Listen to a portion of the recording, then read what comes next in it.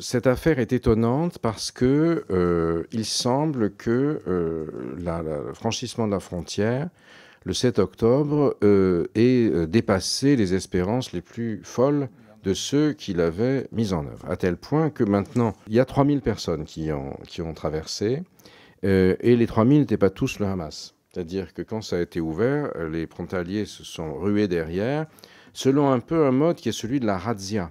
Il faut bien voir que c'est quelque chose qui est très présent dans l'imaginaire religieux musulman. Et ça, c'est une razzia, d'une certaine manière. C'est-à-dire qu'on arrive, on tue le plus de gens possible. Dans le passé, on prenait les femmes pour les mettre dans les harems et les enfants pour en faire des musulmans. Là, c'est pour en faire des otages, pas seulement les femmes, mais tous les gens qui étaient disponibles, d'une manière assez irrationnelle, qui fait que d'une certaine façon, aujourd'hui, la masse des otages à gérer est un problème pour ceux qui les détiennent. Et ça pose aussi un très gros problème au Qatar, qui a été érigé ou s'est érigé en intermédiaire, parce que d'une certaine manière, il a la co-responsabilité de la sûreté des otages. Ce qui, pour les otages, est une forme d'assurance, mais en fonction des aléas, des bombardements, et aujourd'hui, donc personne ne peut dire grand-chose. Ça donne le sentiment que l'opération a, en tout cas une fois la frontière franchie, échappé à ses concepteurs, quels qu'ils soient. Alors, quels sont les concepteurs ?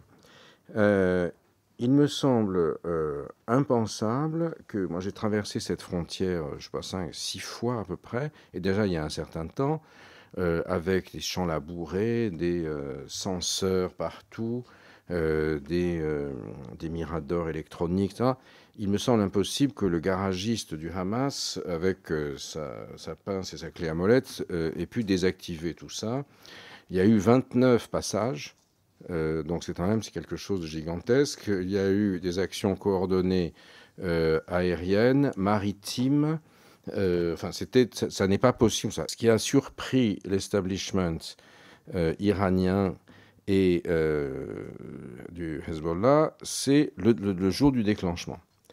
Maintenant, dit-on, en revanche, la préparation, il a été attesté que cela fait 15 à 16 mois que, aussi bien au Liban que dans les zones chiites d'Irak, des exercices, des drills, j'ai dit ça en anglais, de préparation avaient été effectués. Parce qu'il est impensable que cette coordination ait été décidée par un type qui disait « toi tu vas là, toi tu vas ici ». Donc ça, c'est tout à fait à écarter.